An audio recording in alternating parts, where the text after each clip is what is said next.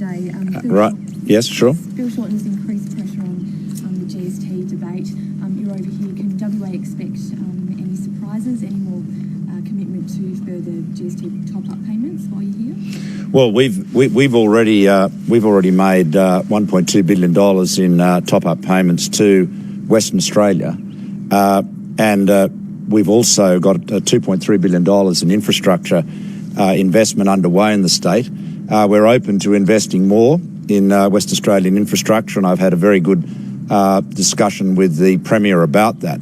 In particular, under our National Rail Fund, $10 billion National Rail Fund, there's a lot of opportunity for investment in rail, including in further investment in the Metronet project in Perth. But the big difference between our position and that of Bill Shorten's is, well, first thing is you can't trust Labor when they make promises to Western Australia. Kevin Rudd made some pretty big promises to Western Australia in terms of infrastructure spending and never delivered on them, not $1. But equally importantly, what Shorten is saying is he just wants to. He's saying that he'll make a payment 3 years from now, a cash payment. But what he's not doing is giving a commitment to reforming the way the GST operates. The fact is the GST formula is not operating fairly. Western Australians are not getting a fair deal.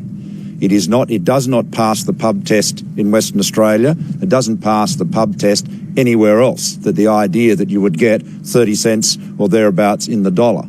So we clearly this is a reform to the GST is a very big reform. Now, what we've suggested, what we've proposed some time back, is that when the West Australian share adjusts, as it will, as it's forecast to do, up to a higher level, around that 70 cent in the dollar level, 70 cent level, that would be a good time to set a floor so that you could set it at a time when no other state would actually lose out. So that is a practical political way to go about it. In fact, it was originally suggested to me in discussions I had with Colin Barnett when he was the Premier. Now, we have the Productivity Commission doing a work, an analysis of the way the GST formula operates.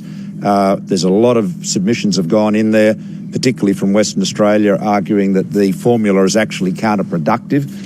It actually holds back economic growth right across Australia. So we'll be getting an interim report from the Productivity Commission in a month. But we're committed to real GST reform, and that, I'm afraid to say, is something the Labor Party has squibbed.